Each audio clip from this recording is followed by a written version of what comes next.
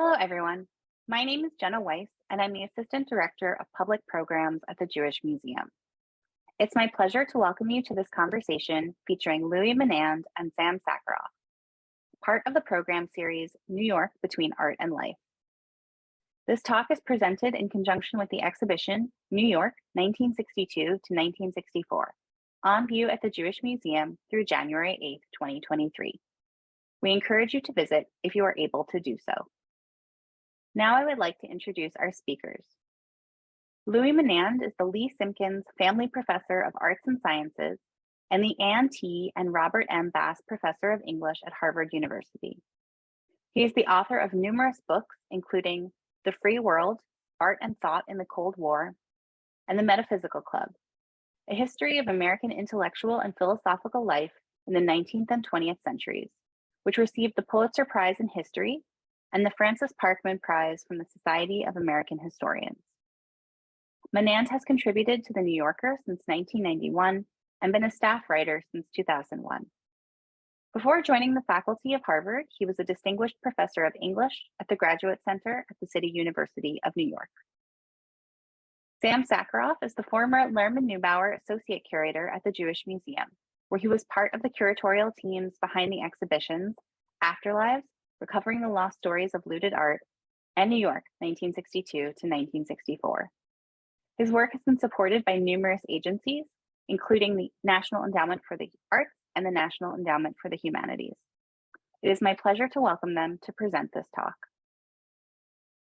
Professor Louis Menand, I wanted to start by thanking you for making time to speak with us today. As our viewers know, today's conversation is occasioned by the exhibition New York, 1962 to 1964, which is on view now at the Jewish Museum. And it is a project that shares a great deal in common with your best-selling book, The Free World, Art and Thought in the Cold War, which is out now in paperback and available at all quality booksellers, including the Jewish Museum's own shop. I look forward to covering a lot of ground today, touching on some of the figures and ideas that come up in both of our projects. But I wanted to start by talking a little bit about the word freedom. As you point out in the preface to the book, one of the things that really defined the period that you discuss, which is sort of roughly the 20-year stretch between 1945 and 1965, is how many figures from so many diverse backgrounds are understanding what they're doing as in service of or somehow related to the idea of freedom. And as you say, it's a very plastic term that is used by everybody from George Kennan to George Wallace to Hannah Arendt to Martin Luther King. So I wondered if you could start just by giving us a sense of why you think so many figures are using that term freedom, and maybe what its broad use tells us about the period more broadly. Yeah, sure. Thank you. Just first of all, I was very excited to see that we're doing a show on that period of New York art, 62 to 64, because it's a very exciting moment in really world art history. And so it was very cool that you did a whole exhibition on this. And then it was even cooler that you asked me to join you to talk about some of the topics and some of the figures from that period. So yeah, your question is a good question, but it's kind of hard to answer. And that has to do with why the concept of freedom and the word freedom is so prevalent in this period, and almost used almost by everybody, regardless of their politics, regardless of the kind of work that they're trying to do, regardless of whether they're composers or politicians or novelists. So I would say, first of all, when I began writing the book, I had no idea that this term would pop up all the time. I had sort of a different idea of how the book would go. But after I got a couple chapters in, I began to see that this was a common thing. And then I remembered that when I grew up in this period, I was born in 1952. I mean, I was a pipsqueak, but I sort of remember it. And if you'd asked me when I was in school, what's your most important value for you, I would have said freedom. Hmm. And now I can see that was just what that's what you said. I mean, today we would say, for example, diversity. Everybody uses that term in kind of all-encompassing way. signaled that you're in favor of things that other people think are important. And in the 50s and 60s, that the thing that you believed in was freedom. That was the thing other people took seriously. So as you say, Martin Luther King Jr., when he gives the I Have a Dream speech in August 1963, uses the word freedom or liberty 20 times. He only uses the word equality once, even though really it's equality that's wanted for people living under Jim Crow in the South, which is his main target at that point. And then George Wallace, the same year, 1963, is inaugurated as governor of Alabama. He gives his inauguration speech calling segregation today, segregation tomorrow, segregation forever, in the language of freedom. Free us from federal overreach. Free us from this, the Supreme Court. It's the same rhetoric. Kennedy uses it, of course, in his inaugural all the time. So it's everywhere. Now, what's going on? I think there's two ways to look at it. One is just from the political point of view, that freedom was the value that the United States and its allies stood for in the Cold War. That's what they didn't have in Soviet or communist countries. So in every possible moment when we seek to justify what we're doing, we try to do it in those terms. This is about individual liberty, freedom of expression, and so forth. That's what we have. That's why we're the free world. So it's very natural to pick up that language. I think King was pretty self-conscious about it, knowing that that's the language that's going to appeal to Congress, because that's kind of a universal language. The language of equality doesn't generally appeal to Americans because it implies redistribution, which of course at the end of the day is kind of what it's about. But King could see it wasn't smart to go there. That's where earlier generations of civil rights leaders had emphasized equality. He was going to emphasize freedom, liberation, and that's something that the government could get behind. And then, so that's one reason why it's prevalent. It's a Cold War slogan. Another reason, I think, though, has to do with the kind of art that gets made in the United States and elsewhere after 1945, in which artists and composers and writers want to free themselves from traditional paradigms, traditional ideas of what it means to make a painting, or what it means to compose a piece of music, or even what it means to listen to a piece of music. And that language of freedom becomes associated with a certain aesthetic possibilities. That's what makes this period so exciting, from the abstract expressionists through the pop artists. Everybody's trying something new all the time, and radically new, in the sense they're just discarding with what everybody thinks is the way you should do something, trying something quite different. That's what makes it a fun period to write about as a cultural historian. And I think that's, visitors to the show at the Jewish Museum will certainly see that. Everything looks different from everything else. And it's not like there's one style. If you go to a show of abstract expressionists, it's sort of a certain style of painting or a certain kind of painting. If you go to the show at the museum, you're seeing 10 different things going on, and people find that very stimulating. One of the things, it's kind of you to mention the show. One of the things that does, for all of the sort of diversity of styles and the radical sort of plurality of modes in which the artists that we're showing were working in, one of the things that did sort of unite them, or many of them, was this interest in everyday life. In the late 50s, you have Rauschenberg famously saying that he wants to act in the gap between art and life. And then the curator, Alan Solomon, who I was really thrilled to see, he gets quite a bit of airtime in the book as well, who's of course the director of the JM during this 3-year period that we cover in the show. He's also talking about what he called the new art that he was showing. And that new art was distinguished by what he described as an intense passion for direct experience and a desire to participate in what he called the richness of our immediate world. And that was, of course, in quite marked contrast to the abstract expressionists who you mentioned before. I was wondering, sort of, if I could get your take on why you think artists were so drawn to everyday life, the sort of ordinary stuff that they had, that they saw about them. What do you think that can be attributed to? Yeah, that's a big question too, because in the early 60s, critics and curators were actually having a hard time figuring out what this new art had in common. And so they have various names for it: object art, new realism, and so forth. Most of which had to do with the fact that they seemed to be dealing with materials from, as you say, everyday life. But people couldn't really, none of those really worked, I think, for quite a while until pop art came along to sort of cover that stuff. I would make a distinction in this period of two artistic approaches to what you're calling the everyday. One of them is pop art. So pop art's iconography is drawn from commercial culture. It draws from movie posters and magazine advertisements and a lot of labeling and packaging. It's that material is translated almost literally into artistic forms. So Andy Warhol's soup cans, which is 1962, they just look like the label on a Campbell's soup can. He's not doing anything to the image.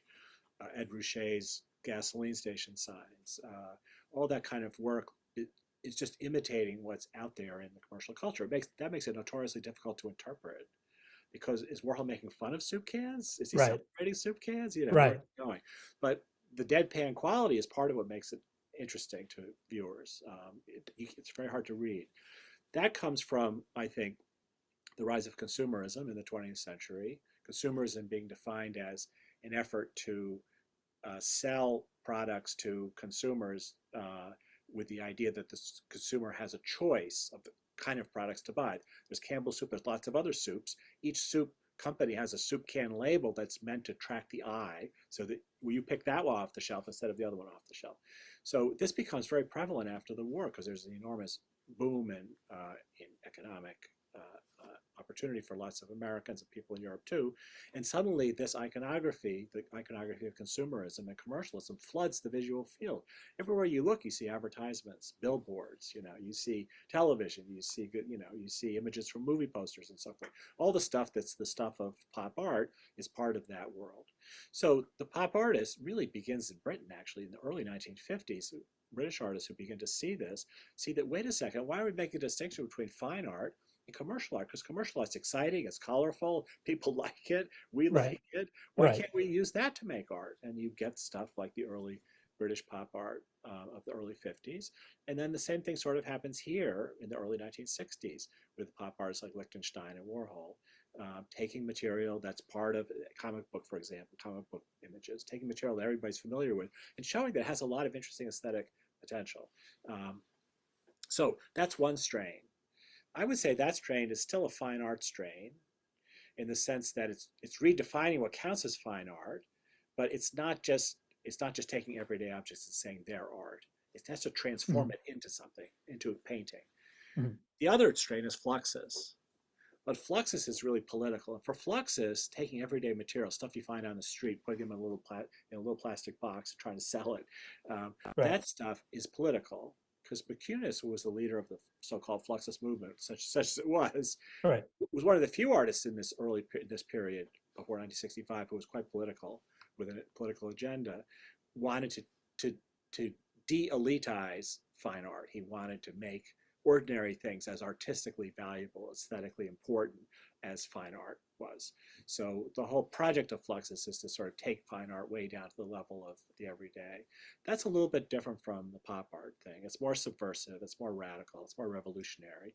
Of course, it doesn't end up anywhere really, but so I think that's the other thing that's going on. So I think there's probably several different versions of that. Now take an example from this period of Rauschenberg. So Rauschenberg starts making his what we call combines around 1955, 1956, and that becomes sort of the standard mode of his artistic production of these combines. What's a combine? A combine is a three-dimensional collage.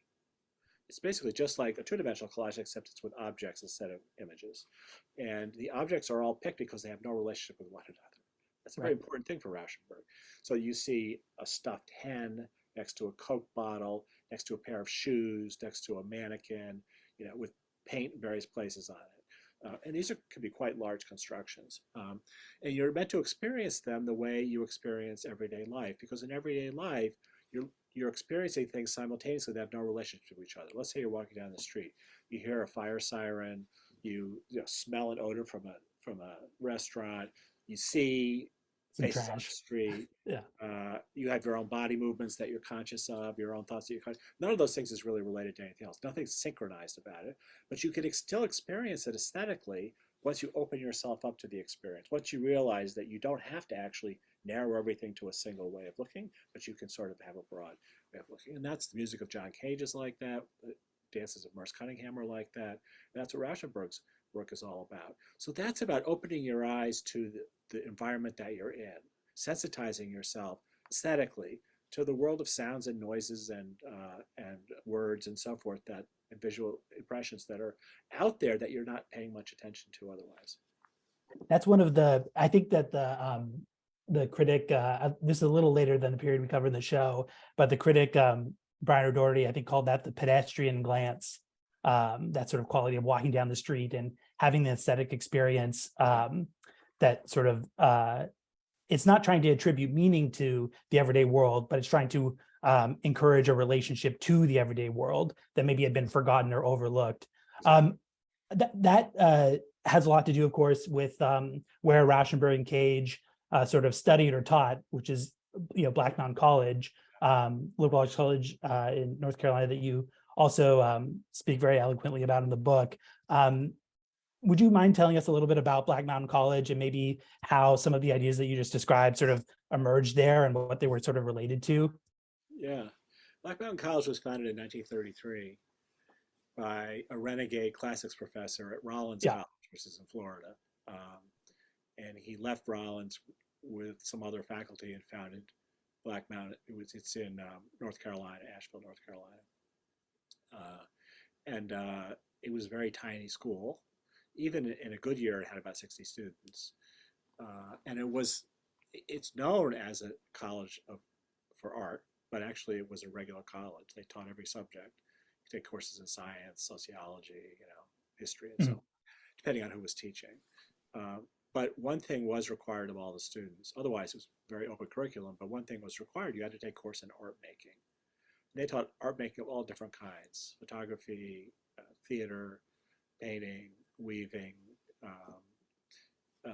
and so on. And everybody had to take a course in art making. Why is that? Because the guy who founded Rollins believed that being able to make art requires making and believing in individual choices. If I want to make a painting, I have to make choices about what goes on the canvas and where it's going to go. Each step of the process, I'm completely in control of decision making about. Same thing if you're writing something, you're completely in control of what words go in and what words don't go in. And he thought that's a valuable experience to have for citizens in a democracy, because democracy is about making individual choices.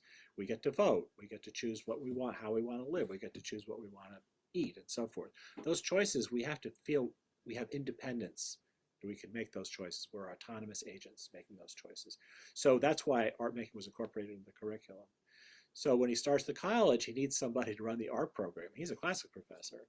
And he gets lucky because it's 1933 and Hitler's come to power, and there's lots of people who want to leave Germany and Austria. And one of those people is Joseph Albers. Joseph Albers was associated with the Bauhaus in Germany, which was founded in 1919, in which a lot of the emphasis was on the intersection between fine art and crafts, which is design. So it's really a design school, and the most famous graduates are faculty from from Bauhaus architects. So a lot of these Bauhausers, as they were called, come to the United States after 1933 because the Bauhaus is closed down, because it refuses to accept Nazis on its faculty, which is part of Hitler's policy. And so a lot of them come to the United States, and Albers is one of them. He doesn't know any English. He has no interest in the United States. They don't eat pumpernickel bread here, or whatever. Yeah. He comes with his wife, Annie Albers, who's a weaver, also trained at Bauhaus. Albers taught at Bauhaus, and he's hired by Black Mountain College. He actually comes to the United States, I believe in November 1933. He lands in New York. Right. And he's taken to the Warburg Mansion, which is now the Jewish Museum. Thank you for plugging that. Yeah, that's right. Because Edward Warburg was a trustee of the Museum of Modern Art. And that was the connection that Black Mountain had to find Albers. So he comes to Black Mountain College, and he starts running their art program. And the first thing he's asked, he speaks in German. Somebody has to translate everything at the beginning. Eventually, he learns English. First thing he's asked is, "What's your goal as a teacher?" He says, "To open eyes. To open eyes." Mm-hmm. So that's what you're talking about. He wants people to see in the world around them aesthetic possibilities. Mm-hmm. So he has students gather leaves and sticks and stuff just lying around, everyday stuff, and try to make art out of it.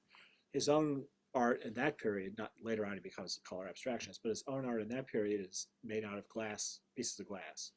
So he used to go to the dump in Berlin and he would collect shattered bits of glass and he would make these glass pieces out of them. So that's a case where you're finding everyday materials that don't seem to have any aesthetic properties and you're making them into something that has aesthetic interest. And that's what he taught. And that's what he taught Robert Rauschenberg, who goes to Black Mountain in 1950, I think, or 51, and he becomes Albers's student. They don't get along at all. If you know anything about Rauschenberg and Albers, you can see why. But Rauschenberg later on gave credit to Albers for helping him understand that everyday materials are perfectly appropriate for making art, and not just that, but everyday materials have an artistic element to them. Right. So one of the things, for example, that the Alberses liked here, which is very Bauhaus, is ketchup bottles. Because ketchup bottles are designed for the hand. That's why they have those sort of ridges around them.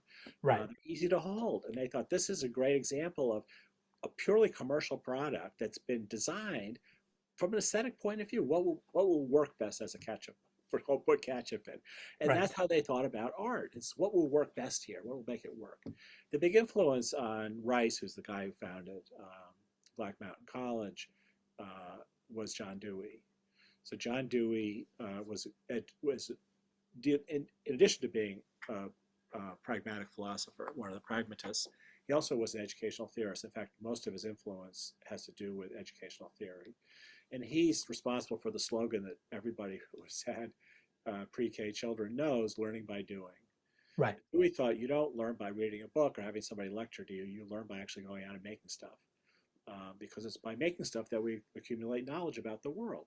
And so he thought that education should be centered on practical activities like cooking, for example. Mm-hmm.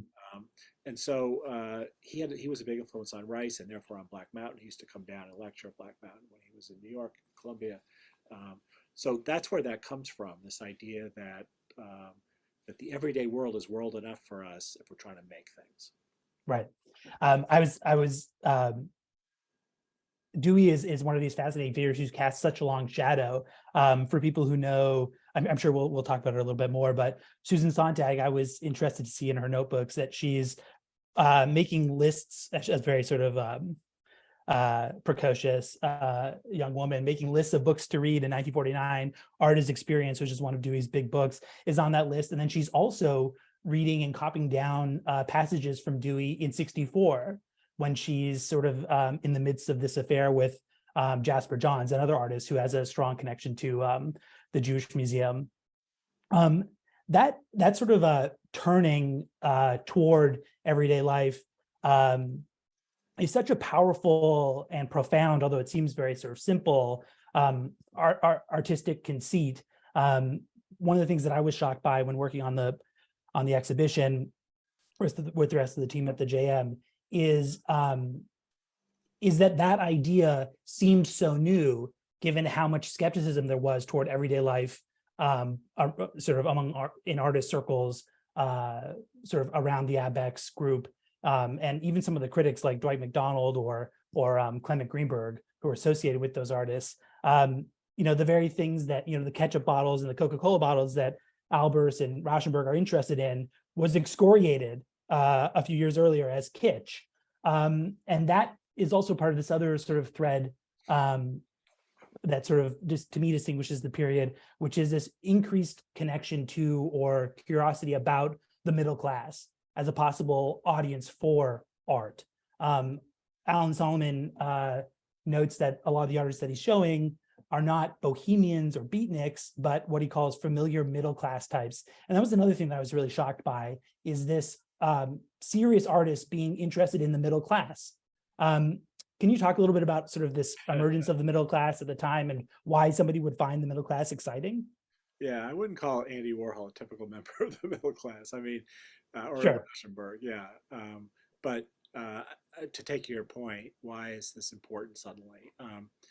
I think one pretty basic reason would be that in 1948, which is when the abstract expressionists all sort of developed their mature styles, Rothko, Franz Klein, Pollock, and so on, de Kooning, Newman, the audience for contemporary American painting is very, very small. And part of the reason it's very, very small is there are very few art galleries that show contemporary American art. Most Americans who are wealthy enough to buy art, buy European art. And most of that art is old art, like old masters and stuff, because that has, that's an investment. The idea of buying a Pollock or something just seemed like a waste of money to people, even when they were relatively cheap. So Pollock's paintings don't really start to sell until 1956 or so.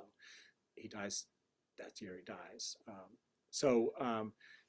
One of the things that the American art world needs is an art world. It needs galleries and dealers and collectors who are interested in contemporary American painting, not just interested in European painting or French painting. It takes a while to convert that part of the art world, collectors and dealers and gallerists, of the significance of American art such that you would want to invest in it, just as a strictly business proposition. You also need, though, to really make the art world flourish. On the other side, you need critics, curators, and a public. So you need critics because you need people who can explain why throwing paint on a canvas counts as art, or why a soup can counts as art. You need curators because museum purchases validate certain kinds of art. If the museum decides to purchase a bunch of Jasper Johnses, which they did in 1958, nobody ever heard of Jasper Johns. That was a huge deal. Right. This is the way things are going. And then you need a public who will go to the museums, go to the galleries, buy the posters, not necessarily buy the art, be able to talk about it and so forth. So those were all missing in 1948. They just didn't exist in the United States. Art was just a very coterie world, the fine arts. And that completely changes by 1964. There's way more numbers of art galleries in New York City and way more art galleries that show contemporary American art. And there's more coverage of contemporary American art in newspapers and magazines. It's not all favorable by any means, but people know this stuff is going on out there. And the people are middle class. Right. One of the amazing things I learned is that in 1960, attendance at the Metropolitan Museum of Art was about 4 million. In 1961, it was 5 million. You're right. The Louvre in the same year was 1.2 million. So there's a huge interest in going to museums. The opening of the Guggenheim, I think it's 1958 or 59, that would attract enormous crowds. There's just this moment in the late 50s, early 60s when suddenly there's a public for art that had never existed before. Yeah, one of the things that you want to avoid becoming sort of nostalgic when you look back on that moment. But one of the things that does sort of almost bring a tear to your eye is thinking about some of the critics who were reaching that public in popular magazines. So I brought up Susan Sontag. She publishes one of her sort of most important essays, One Culture and the New Sensibility, in Mademoiselle. Yeah. You have James Baldwin, who I also hope we'll talk about a little bit, writing what would become sort of the core of The Fire Next Time in the New Yorker. And to pick up an art critic, Leo Steinberg, is writing about contemporary art in Harper's. I don't know if you've gotten a chance to see our book, but our book is modeled on Life magazine and Look, some of those mass publication magazines. Can you talk a little bit about magazine publishing at the time and why, not only why critics like Sontag or Baldwin are choosing to publish there, but also sort of, I guess, maybe a little bit more about why middle-class readers thought it was important to read someone like Sontag or Baldwin, why it was financially, what the financial conditions were to be able to publish those figures there. Yeah. So it's a golden age for magazine publishing in the 50s and 60s. If you look at the numbers, I don't have them on the top of my head, but advertising pages, subscriptions, circulation, and so forth, all just constantly growing. It's a big industry. This all comes to an end actually in the 1970s, or starts to come to an end. It's come to an end today. But in the 50s and 60s, the those kinds of magazines, I don't know what we want to call them, middlebrow magazines, are very successful. They have they have enormous circulations, and people seem to read them, or at least notice what's in them. So a magazine like Mademoiselle, as you mentioned, Sontag's essays published in there. A lot of women's magazines generally publish important stuff, like Betty Friedan's Feminine Mystique was serialized in women's magazines, 1963. Baldwin, once he becomes a celebrity, can write for places like the New Yorker. A lot of people wrote for Life magazine, Norman Mailer. I mean, you have huge exposure because of the circulation numbers. And the circulation numbers are high because the advertising revenue makes it possible for subscription rates to be very low. You have low subscription rates, you get more subscribers, then you can charge more to advertisers because you have a bigger base. So it's a virtuous circle, and so that's just a fact. And the other thing about magazine publishing in this period has to do with four-color reproduction, such that you can now have full color, four-color ads in magazines that just look fantastic. Right. In the New Yorker, they actually, in the New Yorker in the 1950s and 60s, so the space between lines in a print magazine is called the leading. They narrowed the leading so that the print was grayer, so the ads would stand out better. It's the most amazing thing. Sure. Because they want the advertisers to feel that's why people are going through the magazine. Right. They read the cartoons and they look at the ads. Sure. So anyway, just to say that magazines are important, and part of the reason that's made possible is because if you're trying to reach a large-ish audience, 1 million people, let's say, with your product, and it's sort of an upscale product. Let's say you're selling luxury cars or mink coats or your Bergdorf Goodman or something like that. Mm-hmm. You want to reach kind of an upscale audience. That's the New Yorker audience in the 50s and 60s. Where are you going to reach them? They don't watch television. Right. You can't advertise Bergdorf Goodman on television. It doesn't make any sense. It's reaching too many people. You're wasting your money.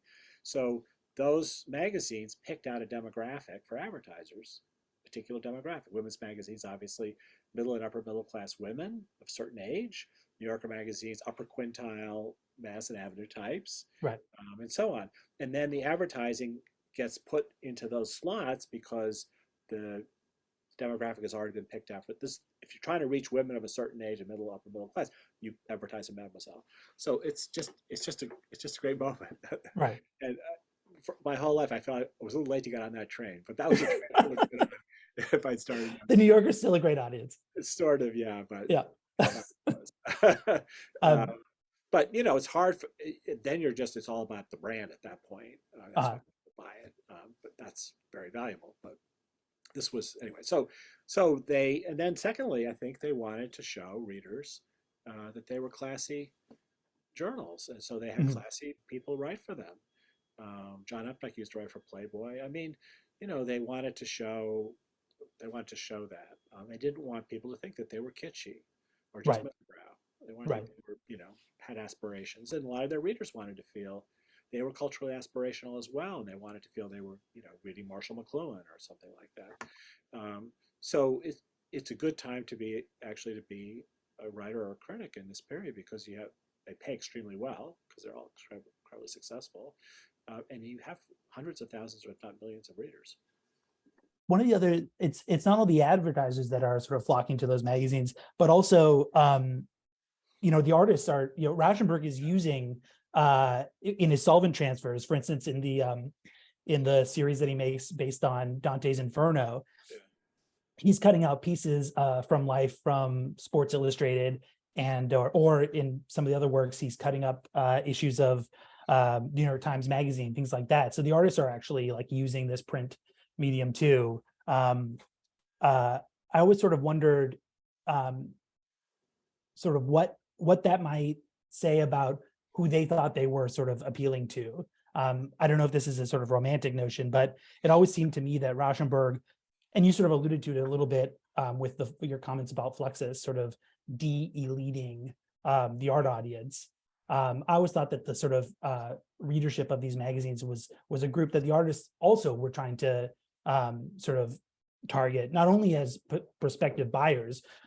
John's has been sold out since '58. He doesn't need to be attracting new customers, but still he's making works using sort of torn up pieces of newspaper. I don't know if that has, if you think that has to do with sort of a changing idea of what the sort of the public for art was at the time, or if it was sort of real or imagined, a kind of broadening public for sort of ambitious art making. Yeah, I'm not sure how the artists thought about it, actually. Mm, I could see how dealers would think about it, and I could see yeah, how critics would think about it. They obviously have an interest in expanding the pool of, art lovers. I think artists then have an indirect interest in that as well. But I actually think most artists are interested in the opinion of other artists. I think sure. that's what drives them. What did Picasso do? I want to do Right, right. um, or do differently. So I don't see that. I don't see that as a particular driver of the kind of art that they're making. I think that they do want to see that themselves as people who can enjoy the things of commercial culture in the same way that the average person enjoys them. That they're not snobs. Mm, I mean, Sontag was a snob, right. but she came out against snobism. I think that's important. It's just a democratic impulse in Yeah, the period. So I think that's how I would answer. I think the main group that wants readership are critics, right.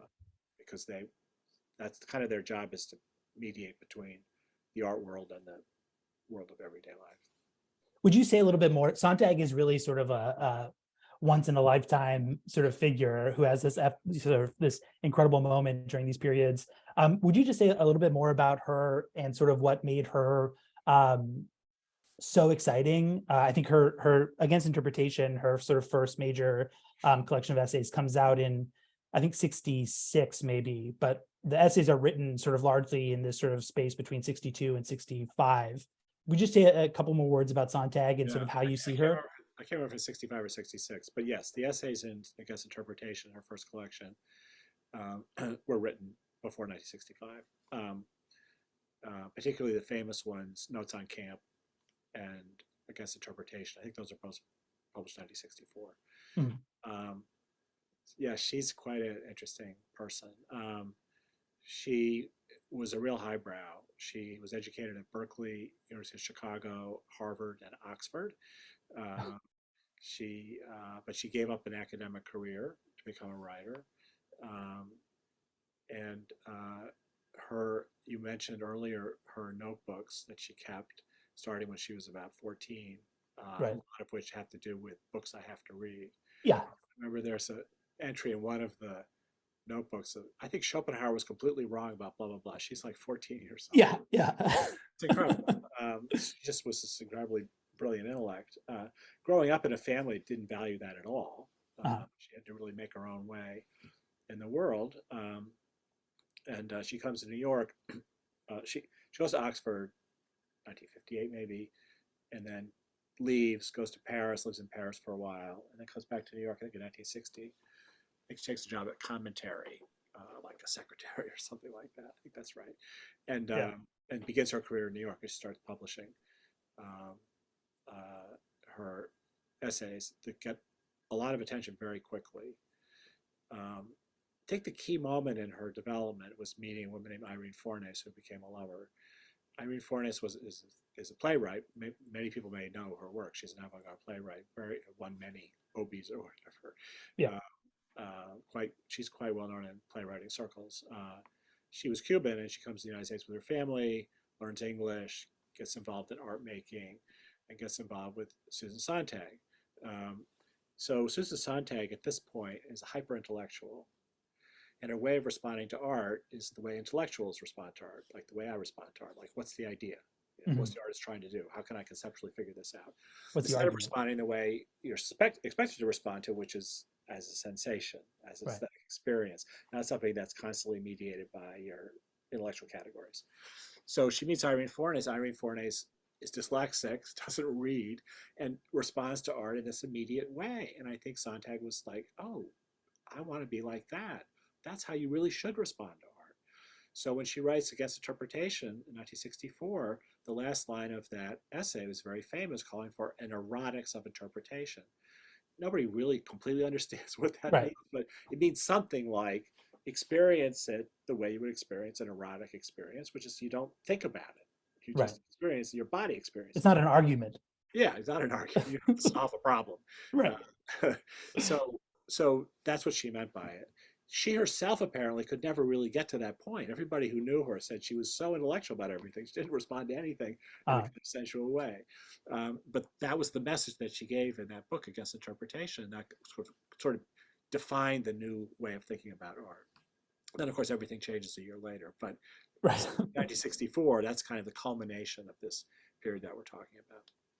And you also mentioned um, sort of that she gave permission, her sort of imprimatur and her sort of, she marshaled the sort of rhetoric of sort of highbrow criticism and used it sort of to allow people to become interested in the Supremes or Exactly. become interested in the Beatles. It's intellectually respectable to like Right. the Supremes. Yeah. Pauline Kael does the same thing with movies when she Of becomes course. a critic of the New Yorker in 1967. It's okay to like Hollywood movies. They're fun. Right. Get over it. Don't Right. get hung up on sort of the grammar of film or whatever you think you need to know to enjoy the Right. movies. Just enjoy them. They're meant to be enjoyed and can be appreciated in that spirit. So that's kind of where Susan Sontag is too. That's a very important moment in American intellectual history because the dominant, as you've said several times in our conversation, the dominant intellectual position was to look down on products of commercial culture as kitsch or worse, middlebrow, Right. kind of propaganda. And suddenly somebody's saying, actually, it's not going to brainwash you to watch Yeah. television. I wonder if that's related to another thing that you chart, which is sort of and again, alluding to some of these topics now, they've lived, they're so much part of our lives that to think that they had a sort of, that they have a history, some of these ideas is itself kind of shocking. But one of the things you write about in a couple of instances in the book is this interest in culture, and not sort of capital C culture, the sort of that we refer to when we think someone is cultured, but something more like a kind of anthropological idea of culture. And that's something that you write about it in relationship to Claude Levi-Strauss. It also comes up with, Lawrence Alloway, who sort of coined the term pop art. He's thinking about culture. Sontag is thinking about sort of lower C culture. And another gallerist, you write about, Sidney Janis, is talking about the artists that he's showing in 1962, the so-called New Realists, as sort of folk artists who were kind of almost like going native in their respective cities, New York, Paris, wherever it may be. Can you talk about how culture as an idea sort of changes and shifts and sort of broadens out as well? Yeah, there's probably many ways to approach that topic. I mean, the way I approach it and when I wrote about it was through cultural anthropology. The dominant mode of anthropology in the 19th century was physical anthropology, and people like measure skull sizes and so forth. And a lot of that was used to justify racial classifications. Whites had bigger cranial capacity and so forth. It's all been discredited. But at the time, that was the predominant way that anthropology dealt with the subject of human difference. That gets exploded in the early 20th century by Franz Boas, the cultural anthropologist, and then his students, including Margaret Mead and Zerl Neil Hurston and others.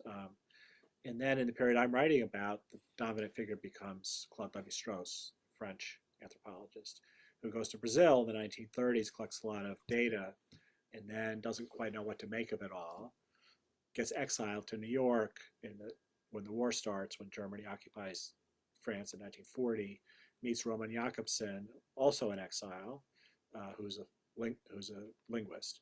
And he learns from Roman Jakobson a way of thinking about cultures as that they're like languages. And he produces what's called structural anthropology in the early 1950s, and it becomes quite influential by the 1960s. Why is that important? Because what Claude Levi-Strauss is saying is that human differences are cultural, not biological. They're not physical. And why is it the important moment to say that? Because this is a period of decolonization. The period after 1945 to 1970 is a period when enormous numbers of former colonies, European colonies, become independent sovereign states governed by non-white peoples. And so cultural anthropology is a much better way to understand why different peoples are different than physical anthropology was. So just at that level, social science level, this is an important change in the way social scientists think about human beings. And then, as you mentioned, at the same time, people like Lawrence Alloway, who's an English critic, associated with the Institute of Contemporary Art in London, where a lot of these pre-pop or pop artists were in the early 1950s, coins a phrase called the long front of culture, by which he means all cultural products from Jackson Pollock to the ketchup bottle are basically a continuum. And Right. there's no reason to say, real art stops here, or real culture stops here and starts there, because they're all part of cultural experience. We're immersed in culture. It's all around. Look at all the books behind me. It's Right. the core of our lives. So we should appreciate it and understand it through making art out of it. And so that's also part of this conversation. And with Sontag too, I think she wants to think of cultural more anthropologically than it had been thought about before. And this has democratic impulses behind it. It's anti-elitist and people from the middle class. It's all the other things we're talking about. Saying, well, let's not be snobs. We're just living in a world. We have our own snobby preferences, and people have their own kitschy preferences, but it's just preferences. And that, that's kind of a powerful message for a while. You mentioned it's something that we try to do in the show, but given the sort of emphasis in the exhibition on New York, it constrains us in some respects. But I was really delighted to see how sort of cosmopolitan and global your interests were in the book. And I was struck by, Lawrence Alloway was not Lawrence Alloway, Alan Solomon was a kind of booster for a very American art, what he thought of as a very American art. He thought that Rauschenberg and the other artists that he showed at Venice were sort of quintessentially American. But and in some ways, I think that there's a case to be made for that. But even the idea of being American was, as you sort of lay out in the book, was something that was sort of arrived at in response to global pressure. You talk about how the Kennedy administration's civil rights policies were largely defined sort of in response to global pressures. Could you just tell us a little bit more about that issue, and then also this sort of globalism that you're interested in? Yeah. So this, again, two things. One is that the globalism is the result of transnational cultural exchange, which is a big feature of this period after 1945. You see it in movies, fiction, definitely in visual arts, and in avant-garde music. So there's a constant exchange between people centered in New York and people centered in Tokyo, in Berlin or Germany, in Paris, in Rome. And there's a circulation of ideas, styles, figures, and so forth, which eventually becomes just global. In other words, the idea that there's something called French art kind of disappears. They're just art. Some art makers happen to be French, but it's nothing to do with France. That's something that happens after 1964, but you can see it sort of getting there. Solomon's idea about the Americanness of certain artists, I'm not sure how to interpret that, because one way of interpreting that has to do with the Venice Biennale, which maybe we should talk about separately. Sure. But if you looked at the actual artists and how they thought of themselves, did they think of themselves as American? The answer is no. So Jackson Pollock, for example, or most of the abstract expressionists, said they owed a big debt to European surrealism. Right. That was the big art movement. All the surrealists come here after 1940. They flee France because they're making degenerate art, not because they're Jewish. And they have an influence on the American art scene. They look down on the American artists, but the American artists are interested in what they're doing. And they pick up a lot of sort of surrealist ideas about art making that turns into abstract expressionism. Those artists would never have said, oh, we're American and somehow sui generis or indigenous style. They don't think of that that way. The same thing's true of Rauschenberg and Johns. What are the big influences on Rauschenberg and Johns and on pop art generally? Bauhaus, which we've already talked about, and Dada. Two European traditions. It's not possible without Dada and Duchamp or Alpers. So it's just, you have to, what's interesting is it's truly transnational, and therefore the effort to sort of say, but this is an American art, it seems a little incongruous. I'll give you another example from outside the visual arts, well, not totally outside of it, which is cinema, film noir. Film noir, of course, is created by filmmakers, including cinematographers and directors who come from Austria and Germany after 1933 and go to Hollywood. And they're trained in the tradition of expressionist filmmaking. So they use the kind of shadowy, expressionist motifs in their films, and that becomes sort of the basis for film noir. when American movies started being shown in France after the war in 1946, of course they couldn't see American films during the occupation. The French picked up on this and said, oh, the Americans make film noir. And that's where the phrase film noir comes from, 1946. American critics did not use that phrase until 1968. Right. Film noir, which we think of as a quintessentially American genre, is completely European. Yeah. Yeah. French construction. Yeah. Yeah. One of the things about that Solomon sort of issue in the Americanness of art, I always sort of saw that as, in some ways, it's related to what we've been talking about. I think what Solomon thought of as quintessentially European and quintessentially avant-garde in his kind of, he would use that word sort of derisively, is this hostility towards society. That's the sort of where he draws the lines there. And then you also, I think you sort of cite that Rauschenberg quote, Dada was anti, I am pro. Yeah. Right. I sort of always saw this sort of, if there is any kind of American sort of quality to that art and even that sort of criticism, it's this openness to society, a sort of getting over the skepticism. Yeah, Dada is anti-art. I mean, that's just what it is. So, right. Or anti a certain kind of art. Right. And Rauschenberg didn't want to have anything to do with that. Yeah. Right.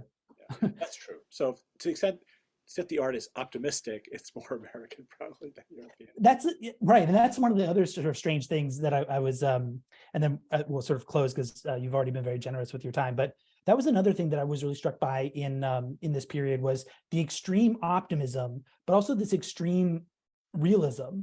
You have a lot of, you write about, for instance, figures like Isaiah Berlin. You have a lot of a sort of whole generation or a couple of generations of thinkers who are kind of both optimists and pessimists, sort of both utopian in a way, but also realist and anti-utopian. That's one of the sort of strange ironies of this period, that both those things so often were part of the same thinker. Yeah, it's interesting. Yeah, I think, so one way to think about it is that in 1945, when the war comes to an end, the whole world had been in a depression that lasted about 10 years. Right. 1929 to late 1930s. And then there was a world war that the whole world was involved in, that lasted for 6 years. So when the war comes to an end and there's peace and prosperity, people feel like they just turned a big page. Right. The Germans called 1945 zero hour. Like everything starts all over again. Of course, they had a good reason for wanting to forget right. 1945. But even for Americans, the war's over, the depression's over, there's full employment.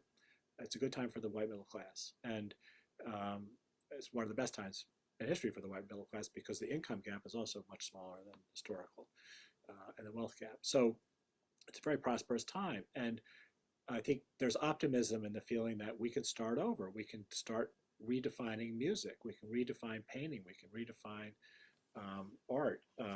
We can redefine politics. You know, there's this kind of attitude of we can do it. We can forget about the past. So I think that accounts for the optimism. At the same time, there's a lot of anti-utopianism. Right. You mentioned Isaiah Berlin, Lionel Trilling being an example of that. There's this feeling that what got these countries down the wrong road into fascism and communism was utopianism. Right. The belief in kind of an ideal society that you have to sacrifice all kinds of things to get to, and then everything will be perfect. There's a big reaction against that. So it's a very, not just anti-utopian, but almost anti-political decade. To me, the most striking thing about the art of this period is almost all apolitical. That's why I mentioned McCunis, the Fluxus guy, because he actually had a politics, but most of these people don't. Susan Sontag's whole approach to art and against interpretation is completely formalist. She says Leni Riefenstahl's fascist movies are, the fascism doesn't matter. It's just the quality as cinema that matters. That's a shocking thing to say, but that was how people felt about the way to think about art, was to divorce it from politics, because politics is just shitty business. After 1965, that all changes. Why? Vietnam. Right. Suddenly, it all gets politicized. Susan Sontag becomes completely political. She completely rejects her earlier work and so forth, because suddenly it all is political for these people who were kind of felt detached from politics for 15 or 20 years. So that's why I ended my book in 1965, because it's like a whole new chapter. And that's why you end your show in 1964. Exactly. That's and sort of that's a good note to end on. I wonder if sort of having sort of completed the book, it's off to the publishers, it's out of your hands. Is there sort of this might be a bit of a cheeky question, but can you think of sort of like one thing from the period that you were sort of surprised by that you think deserves more attention or has been misunderstood and deserves a second look, and another element from the period that you think gets much too much billing and should be sort of either gotten rid of altogether or deserves to be sort of like taken down a peg, kind of a sort of like what is living and what is dead about the 1960s sort of question? Yeah. I think it's all great, I have to say. I don't feel that way. I mean, all the people I wrote about in the book, The Free World, are very famous people. Jackson Pollock, Elvis Presley, Susan Sontag, Hannah Arendt, George Kennan, and so on. And I still found things about them that I had not known. Right. And I would hope readers who think they know a little bit about James Baldwin or a little bit about Isaiah Berlin will find actually there's more to the story than what people know. Certainly for me, I've heard about all these people, of course, my whole life. It turned out I really didn't understand them completely well. So writing the book for me was a lot of fun because, that part was a lot of work, but the fun part was just, uncovering details about people that gave me a different idea about what they were trying to do, what they were all about. And then the second thing was important for me in trying to figure that out was to understand the historical context in which they were doing whatever it was they were doing. So we talked about this earlier. The number of art galleries in New York City in 1948 actually had an impact on kind of art that people were making, and same thing in 1964. So that kind of data, I think, is helpful for me in, that's why they did this and when they did it. And that's why it was important or not important at the time. So to me, it was all interesting. I don't think there's any, I'm trying to think, there's probably somebody, there's a few figures who sort of descend from slightly in the period, that's true. But on the whole, I think these people are all worthy of the attention that we give them. They don't, it's a gift that keeps on giving, Jackson Pollock. It's just great stuff. So anyway, no, I don't feel there's anything to be. The only thing I would say is that from a kind of postmodernist contemporary perspective, they all seem a little bit naive. But that's just complete retrospective, judgment. That just because we think we're more sophisticated than they were. They believed in art in a way that we're skeptical of. They believed in possibilities of freedom and democracy in a way that we're skeptical of. They believed that the United States could be a benevolent superpower in a way that we don't believe anymore. So there were a lot of those beliefs around that animated people's lives and the way people created things that we don't subscribe to. They believed they were making progress on race relations. They believed they were making progress on women's rights and so forth. And now we look back and say, well, they came a bit short of the goal. But all generations do that. My college students look at me and they think, like, you created this climate. Why are you teaching us? You don't know what you're doing. So, so I think one can feel that. But when I was living in that period with these people, I felt total sympathy with what they were trying to do. Well, thank you so much again for being generous with your time. It felt very fortuitous that when we were working on the show that we had your book in hand for a good part of that time. Great. And it's been a real delight to speak with you today. And again, just thanks so much.